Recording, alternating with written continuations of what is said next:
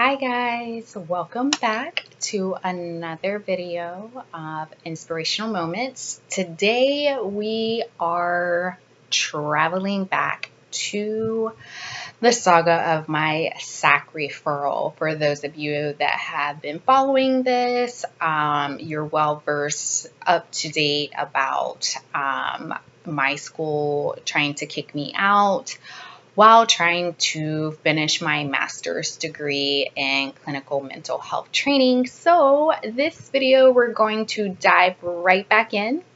I know it's been a while since I've made a video in reference to this, but if you can't tell, your girl's been getting some sun. Yes, self-care. Because let me just tell you, when you've been a victim of not only just somebody lying on you, but systemic racism and institutional racism and microaggressions and macroaggressions all jumbled into one, it's really hard to just bounce back to everyday life. Sometimes you have like your really good days, other times not so good. And it is a point of PTSD when things like this occur, especially when you have time, money, and just everything kind of riding on the completion of something as big as receiving your degree, or even if you're in high school and your diploma. I mean, like, if you work hard, you expect to be rewarded with what you've been working towards without any interruption. So when the interruptions occur, of course, anybody is going to have some type of recourse, and that they're going to feel a sense of defeated and depleted and just overall exhausted. So I've had my ups and downs. I continue to have my ups and downs, but the one thing I do have going for me is that I try and keep my spirits up, and I try and just do what I can and not put too much pressure on myself, because let me tell you, doing my master's degree, I definitely learned that putting too much effort on or too much into one thing and not really like paying attention to all categories of my life, it makes it even worse when something falls through with the one category you've been working on. You tend to feel a lot more defeated. And so I think I'm just trying to find more of an even ground now, where I try and work on a little bit of every category and not just only focus on one. Because if something goes wrong, I can be like, oh, over here, and over here, those are all great.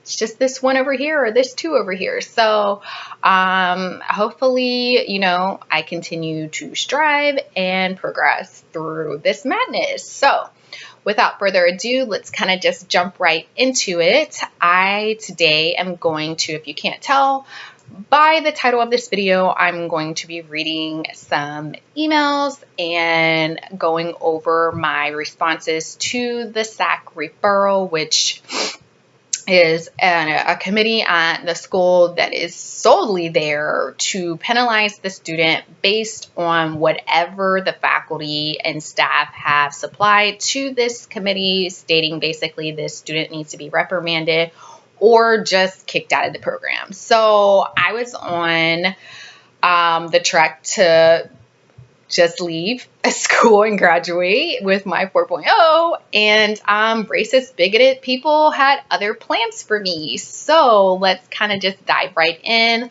I'm gonna take you guys back all the way back to December of last year. Right now it's August as I make this video, so let's kind of go back. The email that I'm about to read to you is an email that I received from my professor of my internship 2 class. And this was after one of our, I think it was our last supervision. So for any of you guys that are new to not just my channel, but anything related to online learning, most of the time you'll have live discussions. So, and that really isn't just based on like the program that I was in. It's a lot of schools do it, especially now with COVID going on. And, live discussions are the new wave. So on live discussions, most of the time people are presenting, or it's just like an open forum to discuss what's going on, specifically in this case with your internship and some of the questions that you might have, or just some of the things that you wanted to bring up from whatever's been going on during that past week.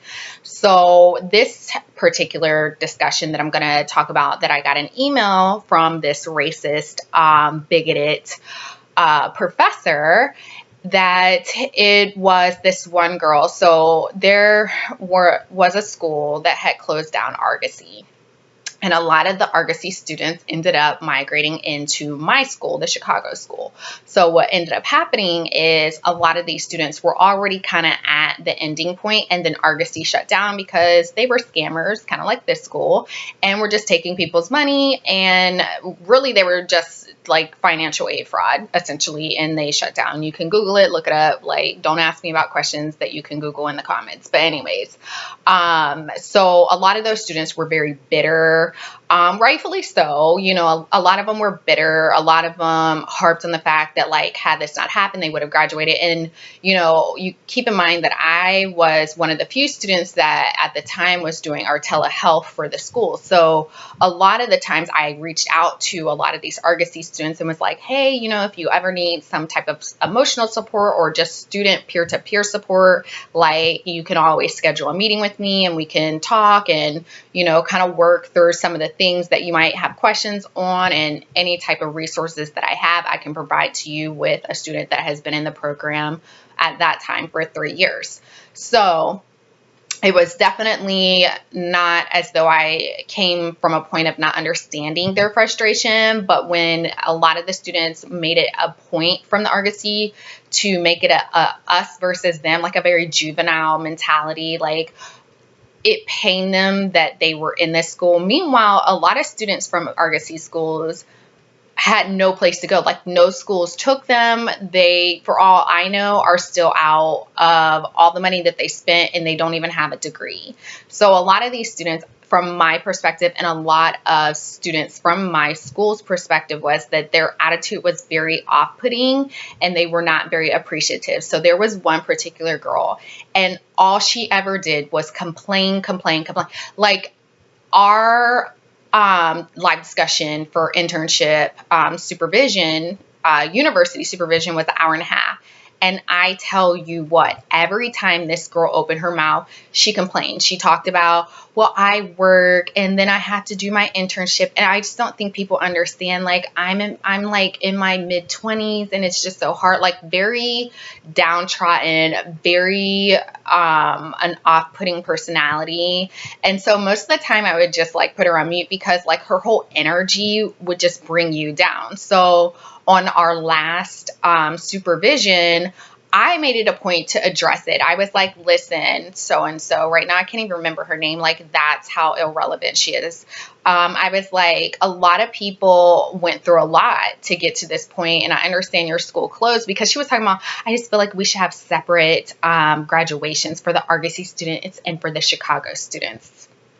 And that's exactly how she was acting. I'm like, wow, like, damn, like, okay, you act like we did something to you. The school literally took you in. Like, you were like an orphan out here, honey. And they were like, we'll adopt you. And you're like ungrateful for the shelter. So she was just very nasty. And a lot of the Argosy students weren't. A lot of them were very, very grateful, appreciative. I mean, like, nobody's saying you have to bend over and kiss anybody's ass. But at the same time, like, you don't have to be nasty and off-putting to other people. And just like her attitude was rank. So I made it a point and I was like, listen, I understand you're really frustrated. Like, even if you had been with the school, this particular school from the beginning, like, we all have our own issues that we've had with our own school. Like, you're not the only one that has a sense of frustration. Like, yeah, we might not have been like pushed out of our school, but at the same time, like, if you had started with us, you might have other things that you are complaining about or that you feel are unjust. And I was like, so if I were you, I would kind of look ahead and be like, hey, at least I am where I am now. I'm not where I was. And this is really great that I am at the point where I'm like graduating. So a lot of students didn't have a place to go. I was like, so I think it's better to focus on the positive and not the negative, because when you start thinking about the negative, then you kind of get sucked into it, which is no different than what I would tell a client, where it's like you want to use DBT, and that's dialectical. I know I'm messing that up right now because I'm tired, but behavioral therapy. And so basically it's just like refocusing your mind. Where's your mind at? And if it's in a toxic and negative environment, you're going to continue on that spiral down, right? So the goal is to reprogram your mind essentially to look at things in a different light in order to stop the patterns of toxic behavior. And her toxic behavior was the constant talking about the negativity that she experienced. So obviously, as a therapist in training that was dealing with trauma therapists, I am well versed at this point in internship too about clients that have been through a traumatic experience and focus only on the negative. So for her traumatic experience was, yes, you were almost graduating and your school just completely shut down. You got an email or a letter or something that says like, no more classes, no more nothing. Like you had already taken your comps, you had already written your last essay, and here you are being told like the school no longer is in session. Like I get it. Like anybody would be upset, but at the same time, it's been months now since that has happened, and you're at the end of this and there's nobody telling you you're not going to get your degree. So instead of making your last supervision be nasty and negative, my whole thing was, listen, this is probably the last time I'm going to see this girl, and it's really not helping her that she has this nasty attitude. And keep in mind, like, she was also another African American female. So I'm looking at it from a different aspect. Like, I understand the angst that you're feeling right now for not only the school that you went to and that you're feeling like you were gypped. I get it. But at the same time, I'm like, okay, but maybe I can talk to her like woman to woman, black woman to woman, and that we'll see eye to eye, where it's like, girl, like, I know you're going through it emotionally, but like, trust me, even if you had started with this school, you would have different issues. So it wasn't like trying to compare. It was just kind of like trying to help her to realize, hey, it's going to be okay. You're at the finish line for real this time. Let's move forward. So even the one girl that I'm friends with in the class, and her and I got closer towards the end of the program, even she texted me like, yeah, girl, thank you for saying that, because I really felt like she just really had a negative mindset and maybe that'll help her. So I just went about, my day, didn't think anything of it until I see like 3 or 4 days later that I have like a 0 for my supervision. And I'm like, why'd I have a 0 for my supervision? Like I attended. I'm like, this has got to be an error. So then I check my email, and this racist fucking professor emails me. So then I'm going to read you guys the email that I received from her on December 5th, 2019 at 5:33 p.m. Yes. So it says, good afternoon. I'm sending this email as a follow-up. Oh, and this subject line was Wednesday supervision. I'm sending this email as a follow-up to university supervision last night, which it wasn't last night. This was like a few days after, but during university supervision, you were noticeably distracted. Okay, pause, because I was distracted with coughing and hacking. I was in the middle of a severe cold, which in hindsight, I really feel like was COVID, because my whole body felt like it was just, my organs were depleted and I couldn't even breathe. I had so much mucus in my chest that I was like hacking through that whole discussion. But, racist people, as Black people, we don't have feelings. We don't have emotions. Like, we're supposed to just be robots and service them. So, even though everybody else was messaging me, asking me like, are you okay? She took it as, I'm distracted. Well, you're damn right. I could barely breathe, but okay. So sorry. I was coughing, but I was on mute. It's not like I had, my thing off mute and I was hacking through everybody talking. But anyways, you did speak up a few times to engage in our discussion. However, I'm concerned about your tone and approach in your responses. Now, notice how white women always want to talk about our tone. anything above a whisper to them is a tone. No, more like I barely even had a voice. So I think it's very crazy that she's like in your tone. And first of all, I'm a 35-year-old adult. Who in the hell are you talking to about tone? And I pay you through my overpriced tuition. So yes. As you are aware, we utilize the disposition skills and knowledge competency assessment, which is called the DISCA, as a tool to assess our students on various disposition skills and knowledge professional counselors should demonstrate. Last night, you did not demonstrate the dispositions expected of an internship 2 student. Oh, womp womp. A racist doesn't think that I'm up to their standards. I'm so hurt. When you engaged in the group discussion, you displayed a lack of professionalism. That's interesting because I barely talked. Most of the time I was hacking and coughing, and I made mention of asking you a question about a paper and telling another student that it's best to focus on the positives of her situation and not the negative.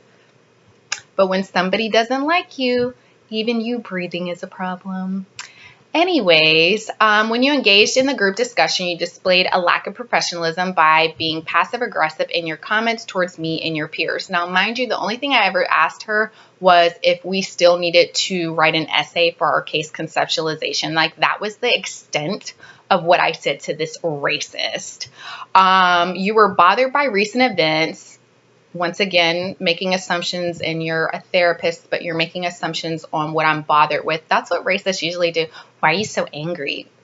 Unless you tell somebody what your emotions is, don't let anybody ever assign your emotions. You were bothered by recent events, and rather than address them appropriately, because she's my mama, you spoke about them to the group as a whole, which I never did, but okay. You have demonstrated a lack of flexibility and adaptability with information and policy that have been shared with you recently, such as understanding the Florida students no longer need additional internship hours. So now that I read it and I know what the SAC referral was and what the internship supervisor was saying, y'all just stay tuned for all of this, because you'll see how this bitch was throwing this bullshit flavor out here, and you'll see why what she was saying was solely based on her perception from other people, not even her own perception interacting with me. Because this was like so over the top that she was coming at me so nasty and aggressively, and never even once like said, hey, let's have a talk or anything. There's a lot of assumptive behavior with racist people. Your response to your peers who were sharing their journeys towards completion of the program was dismissive and offensive. By telling somebody to stop being negative and focus on the positive. Yeah, it's offensive to me. Rather than hearing your peers struggle and validating them, you told a peer, stop focusing on the negative. Do you notice she put it in quotes too, y'all? She said you told them to stop focusing on the negative, which is what you do in DBT. If she was truly a professional, she would know that that is a normal practice of DBT therapy. So yes, it is called stop focusing on the negative, because that is literally pinpointing the pattern of toxic behavior. So nothing different than anything else that would be said to any other client. As a student who has been working with clients who have experienced trauma, your reaction showed a lack of empathy and professionalism. Aw, so saith the racist. At this point in your training, I would expect to see emotional stability, self-control, congruence, and genuineness from you. Please know that your comments and actions affected others negatively and had a significant impact on our supervision session. Now, mind you, she's so delusional. Mind you, this is an hour-and-a-half session. I probably talked in total, because not even all at once, maybe a total of 7 to 8 minutes. 7 to 8 minutes. And she gathered all of this from 7 to 8 minutes where I really wasn't even talking. I was hacking and coughing. But this is what weak-minded people do. They take the opinions of others that they have no fact behind. They form an opinion on you, and then anything you do, and if they feel like it suits their narrative, they're like, boom, got him. That's all this person did. I welcome your reflection on what happened in supervision. Encourage you to consider how you might repair your relationships with other in supervision. I have no relationship with that dumbass. And not only that, the person that was complaining of being nasty, she never even addressed. She made that individual the victim to me, when really the rest of us were a victim to this person that continuously was nasty and negative and very dismissive of all of us as the originating students in this program. But please tell me more. And better with others in supervision and better demonstrate the professional disposition expected. Sincerely, Crowley. So, and I don't care. And so I responded back. I said, "Hi, Crowley. Your email to me is coming as quite a shock, as in supervision, I felt that I was in a safe space where I could talk about the hard transition I was going through as a student who is being removed from their site sooner than they thought." Meanwhile, this is the point where it was like I had already told my site that a while ago in November that I was no longer going to be working. I'm sorry you guys are hearing somebody's freaking car alarm. That I was no longer going to be working at the internship site because the school had said that they confirmed that I didn't need 1,000 hours. So I'm not really sure why in the beginning of December she's acting like I'm having such a hard time. No, the point of the matter is that you as a school make me look crazy to my site. So anyways, I say your email to me is coming as quite a shock, as in supervision, I felt that I was in a safe space where I could talk about the hard transition I was going through as a student who is being removed from their site sooner than they thought. It has been very trying for me, and I have had several emotional, tearful breakdowns even prior to coming to supervision last night. I've never had anyone question my professionalism, not once, in all my years of being in the working world. In fact, I have several people who see me as a professional both in and out of this school. I'm not one that feels I should have to defend another person's perception of me, as prior to this term, you and I have never spoken before. Never once, but trust me, some of the things that I heard about her, if I treated her the way I heard she treats other Black students, she thinks that she can send a nice, nasty email. Oh, it would have been on and popping because her reputation supersedes her. Anyways, I'm thinking this is perhaps a perception you have gathered from another source other than one supervision, because as you have stated, even to my site supervisor, you like me and think I'm in fact professional. Now, mind you, these are two lesbian white women that I had no idea were just in their racist little bubble, just conjuring it up. And I know a lot of people are like, why do you think they're racist and why would they come after you? People that are racist literally try and do anything to devalue you and derail you just for the sake of not liking the skin that you're in. So that is the extent of their low-level brain cells. It says, I said, I like the use of DBT, which is focusing clients away from focusing on the negative so they see the positive in their situations. Me trying to help a fellow student look at how the school has embraced them should not be viewed as anything other than exactly what I said, which is it is best to look forward and try to see the good. I also text a lot of students throughout my week and have quite a great relationship with many students in our class. Me and a few other students after supervision talked on Zoom afterwards to check on one another, as they knew I was upset about the challenges in my life. I would have thought people from the school would have shown me the same level of care and concern, given that I have been scrambling to have my good reputation kept in this new field. At this time, I am trying to scramble and term many of my trauma clients, and it has taken an emotional toll on me. My clients and I have built so many special bonds that I'm having a hard time just like them. I have processed a lot with my site supervisor, the snake that she is, and she has been very supportive. Oh, if I could just take that back right now, and can see my love and passion for this field. I would really like if you would consider your perception. If you would reconsider your perception as this is not at all the truth of what happened in supervision from my perception. You stating I seem distracted was me having several coughing spells from a week-long cold that I'm getting over, as I also mentioned while in supervision. I was pretty sure most people saw me hacking and coughing on mute and getting water several times, as some of them sent me messages checking in on me, but not her, because that seemed like I was distracted. Well, yeah, you're damn right I was distracted. Perhaps you can shine some light on why it is that I would ever be unprofessional in your eyes, because I am just not understanding. I would welcome a meeting, as perception is not always reality, and there's always more than what meets the eyes when we work in this field with human beings that have real raw emotions. I would hope that you would find it in your heart to understand my intentions were to be in a safe place and freely speak about my hurt and confusion during this transition. Perhaps this is the time where all parties can self-reflect and not be so quick to jump to conclusions about one another's intentions. Although I would hope you did not mean this email to come off as aggressive or attacking me in any way, it is hard not to feel invalidated about how I have been feeling. So I felt like that was really nice. And then I just couldn't let it go. So then I shared with her, and I'm going to read with you guys too, a letter that I received from one of my clients. And I'm not going to go into who this client is. Like, I'm not going to like disclose who they are, but I'm going to make sure that I keep their identity,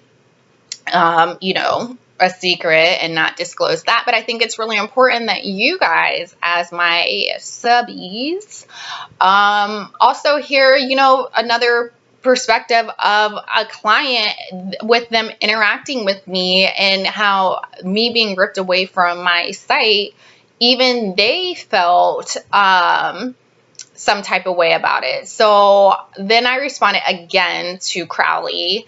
And because I was just like, I cannot, like, I was so upset and so shocked and taken back that I couldn't even believe that this individual would attack me like this. And I just felt completely blindsided. So I sent another email on the same day, and I said I would also like to attach the below email I just received from a client that I had to suddenly term, that did bring tears to my eyes to know how much I have impacted her. I think that when we only see people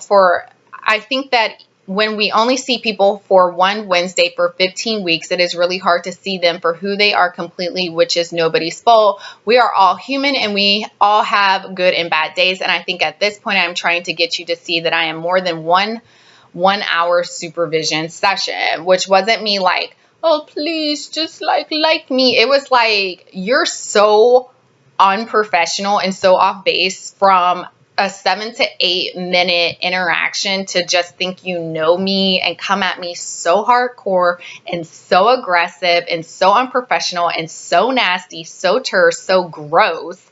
I was like, oh, hell nah. Like, you're not about to come at me like that.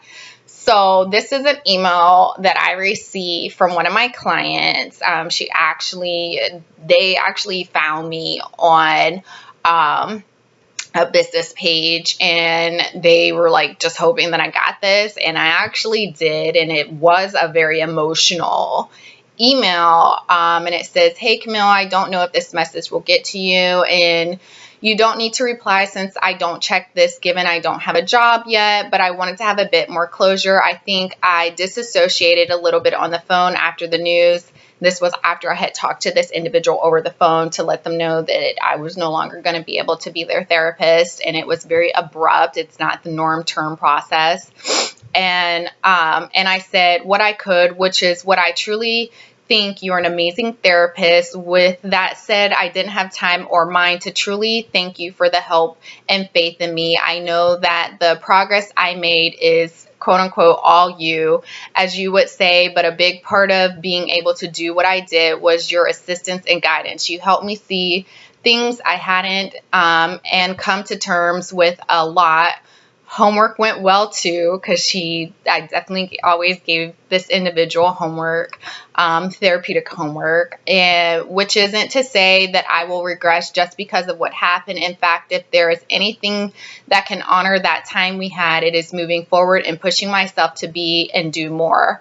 I will admit that I don't know if I will continue to pursue therapy within that place, given all the issues they seem to have with staffing. And this is putting your case aside as it's different, but I want you to know that I will not stop. I will keep growing and breaking down the walls of the prison. So thank you, because I always said, we got to break down the walls of the prison that you've built for yourself. And I hope you know that I totally understand your situation. Can't lie and say I haven't cried. The loss of someone who has made a positive impact and your life does hurt, but that is life. You reminded me of that too and prepared me through these months when things don't go my way. Sometimes things happen beyond our control, and this is one of those times. In the past, I may have regressed and clammed up, feeling like the curveballs were a divine sign to give up. Now it's the contrary. These are signs that I am doing things right and life is testing my resolve. I won't let my adversity win. Again, thank you for calling me to let me know. I wish so much the very best for you. I know in my very soul you will help so many lives find themselves, their purpose, and their way. Thank you again. And so I had sent this to this BS professor to show, like, if I am all that you claim that I am in a 7 to 8 minute, that's just a snapshot of my interactions with my clients. So if that was really who I was, like how this professor perceived me, I highly doubt that any of my clients would reach out to me. And that was just one that was in writing that I'm going to share with you guys. But I had plenty of other clients that had spoken so highly of me to not only me directly, but staff members at my internship site, and made sure that they let me know how much I impacted their life. Now, mind you, I did not all get into this field to get no congratulations, pats on the back. Like, being a therapist really is a thankless job in a lot of ways, and it's acts of selflessness to really put the lives of other people ahead of your own. And that was all that I focused on every time I went into a session. Like, here's Camille, I put myself to the side and put the client first, always, because in those moments of time, it's about them, it's not about me. So I didn't hear anything, and I felt very attacked. So I actually reached out to at the time, the director of the program for the school, and I said, listen, I want to file a formal complaint against this professor, because, mind you, after I had said, like, we could schedule a meeting, like, let's talk about this. Like, I don't, like, there's some type of, like, miscommunication, like they like to say, or something that's going on, because first of all, I'm not a confrontational person, which a lot of people actually know that about me. I'm one of those people, like, it's not that I avoid conflict, but I really weigh out, like, is it really important to get in the midst of something that can be chaotic and just really derail me from my ultimate goal? Like, if I feel like it's not worth it, and a lot of things, if you really sit back and think about it, they're just not worth it. I tend to be the person that's like, I'm just gonna, like, ease back and kind of see how this plays out before I really get involved. So I'm not a confrontational person. So for anybody to write such a nasty and hastily email, trying to, or not trying, but ripping my character, you better believe I'm going to say something. So I wrote an email on December 10th, because, mind you, I had sent that email to that professor December 5th and did not receive anything back. And the grade was still sitting with a 0. And then this professor proceeded to then go in and started, like, taking 100% that I had and turning them into 0. So I was like, oh, hell no, I don't know what this chick is on, but she is tripping. So I had said to the director, I said, I would like to file, I put this December 9th. So this is 4 days. Like, you haven't responded. Oh yeah, our conversation's over. I said, I would like to file a formal complaint against Crowley.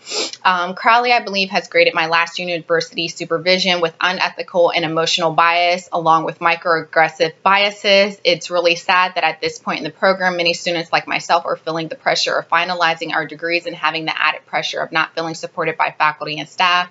Crowley has falsely characterized me as a student, professional, and as a whole person, and she has shown blatant disregard for me as a peer to her in this profession, because they be tripping thinking like we're little kids. At the end of the day, we're all full grown ass adults getting our master's degree, and we're peers. Like, you are not anybody's mama.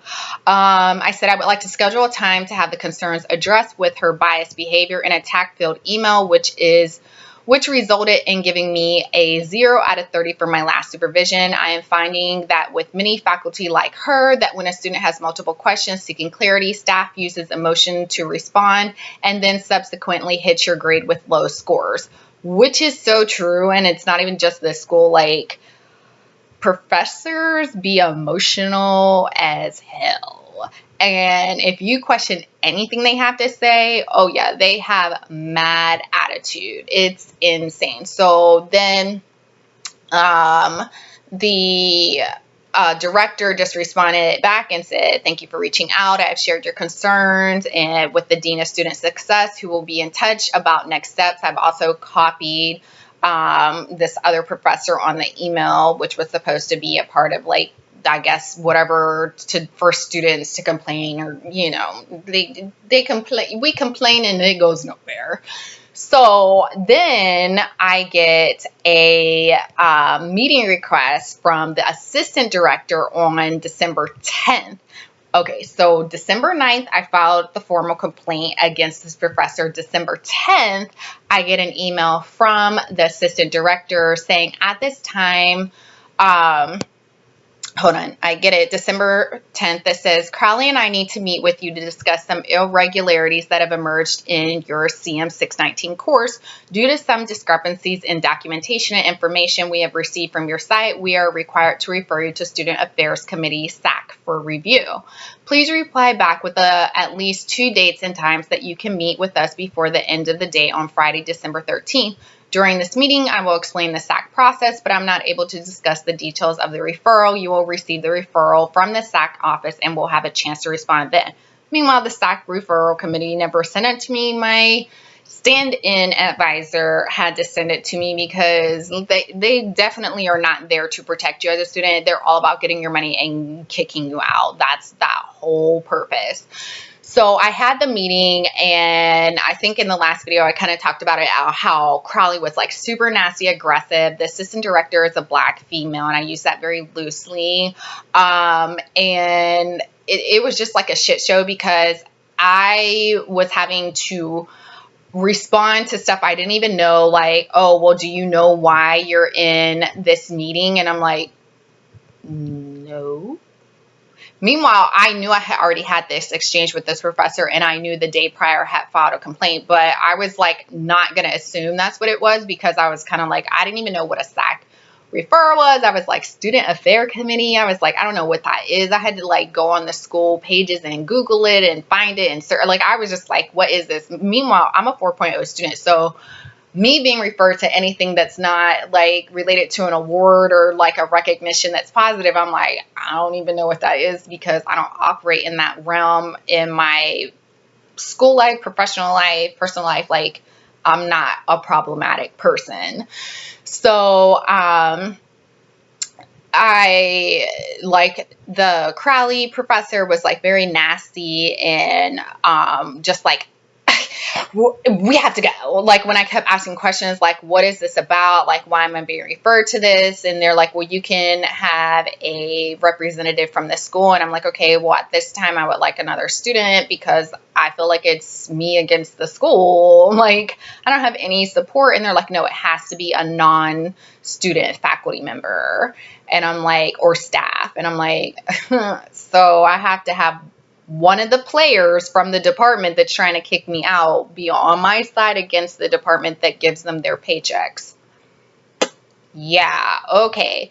So like in the middle of it, I was asking the assistant director questions, and the person that wanted to call me unprofessional, Crowley, gets up in the middle of it and it's like, we have to end the meeting now. And TRW, yes, I said her name, the assistant director, was like, okay. I'm like, are we back in slave times? What is happening? Like, okay, the assistant director is African American female, or I should say a African Canadian female, and the professor is a white lesbian female. And I'm like, what is happening? Like, it was like somebody had grabbed her by her fucking collar and was like, come with me. I was like, wow, so this is what it comes down to. So then I email, and I was like, I had emailed the assistant director and I said, I was thinking it was a non-faculty person, as this is a blatant attack on my character by faculty that I've complained against. Are there other options available? Because they're like, oh, pick from the faculty. And I'm like, why would I pick from the very people that are complaining against me? Like, what? And so the assistant director was like, at this time, the policy is for faculty advisor and their co-advisor to operate in this role. I suggest that you please come to the meeting. I will confirm it will be okay today or tomorrow to gain information. And so, let me see, that was kind of like the meeting. And then, yeah, it was a whole shit show. And meanwhile, I'm like trying to do my degree conferral. Like, I'm like, okay, I'm trying to round up getting like graduated.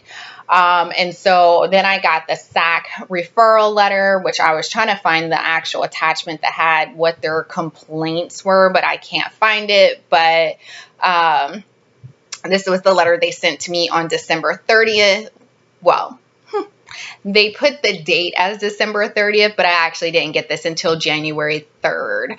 So it's like, Dear Camille, you were referred to the Student Affairs Committee by the Clinical Mental Health Counseling, CMHC department. The referral is attached to this notification.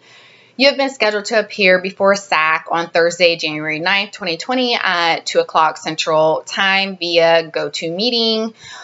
You may either use your computer or audio or dial into this hearing using your telephone. You are expected to appear on webcam for this hearing. Now, mind you, they wanted me to appear on webcam, but it was a whole committee of people sitting in a room and I couldn't see any of them. Like, very cowardly. Now, keep in mind, like, I was attending school online, so it wasn't like I was going to a building. If I had been actually at a brick and mortar school, I would have been in person and seen these cowards face to face. But even if we're not, brick and mortar, they could have all still been on camera. So that just shows you that these schools are very weak and it's a gang mentality. It says the committee is comprised of myself and chair and the following members. And then it lists like all these members that I've never even heard of. And it's like, please note the following responsibilities. All written material must be submitted by 11 p.m. Central Time.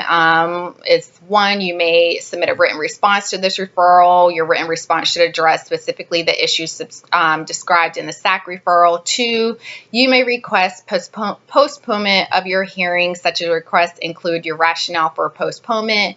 3, you may request the recusal of a committee member named above who you believe cannot be impartial, such a request must include your rationale for recusal. 4, you may include 1 faculty member or 1 non-student staff member in your hearing as your support person, faculty member or 1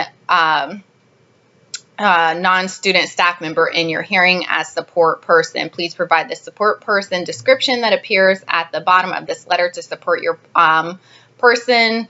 Submit your support person's name and position by the deadline. So basically, since they really actually gave this to me on January 3rd and they needed the response by January 6th, I had 3 days, which happened to fall, I believe, on a weekend, to gather all the information I possibly could, because they were accusing me of forging my internship hours, and not in the way that you guys would think. See, this this is the part that was stripping me out.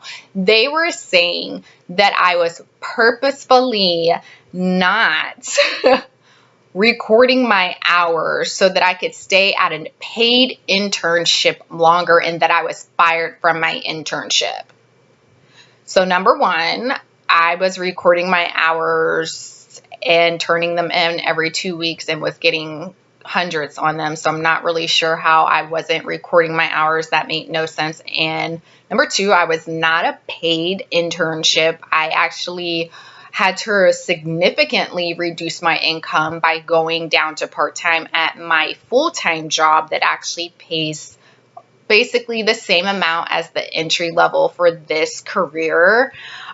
So it's not like oh yeah, I'm going to make so much money. Like, I wasn't making any money at this internship. I got what they give every intern, like I think it was like a $250 stipend, which I actually used to supply material for my office at the internship site, such as different therapeutic toys and books and things that I could use during my therapy sessions. Like, and it's not even like I really used that money, because I had more than $250 to my name. So, I mean, at the end of the day, that money, yes, I appreciated it, but it wasn't like anything that I really needed in order to even like put anything in my office. Like, I could have did that without even that money. And it came down to the time I was at my internship site, like what, 17 cents a day. Yeah, I wouldn't really consider that paid. And that they were saying I had been fired from my internship site, which made absolutely no sense, because I was not fired from my internship site. And so I was just kind of like, this doesn't make any sense. And so I immediately got on the phone or text with a professor that I felt like I could use as a support professor. And I was like, listen, this is insane. I am going crazy. I had sent a text to my site supervisor, who at the time I didn't realize was such a nasty snake. And I was like, listen, my school is trying to kick me out of the program. Like, I don't even know what's going on. I mean, when I tell you guys, I was so blindsided. I was beyond blindsided. I just thought I was living life stressed out, for sure, exhausted, and that I was on my way to be like walking across that damn stage with my freaking degree. I never thought I would be blindsided by this. I mean, I went from crying and complaining about taking my CMHC or taking my comps test to graduate and being like scared because I had to hurry up and take that without notice, to worrying about even getting this degree. I mean, imagine being in school for 3.5 years, doing everything the way you're supposed to, having a 4.0, and then somebody out of nowhere launches a bullshit complaint without any real basis behind it. And next thing you know, it's like you're having to fight against a whole system that is trying to kick you out. So I'm going to kind of end the video right now here, because the next video is going to be a lot more emails. It's going to be my referral response. It's going to have text messages. Like, it's definitely going to go into the meat of what happened, and I want you guys to stay tuned. I might even film that video after I take a little break from this one, because I just kind of want to get these videos out of the way, get them uploaded, and have you guys really just see the full picture, see that this is something that is not just a me situation, that this could be anybody, any of you that are watching this. It could be anybody. So, yeah, thanks for watching. I'll see you guys in the next video, and don't forget to like and subscribe, comment, let me know what you guys are thinking thus far in this saga, and I will see you guys in the next one. Bye guys.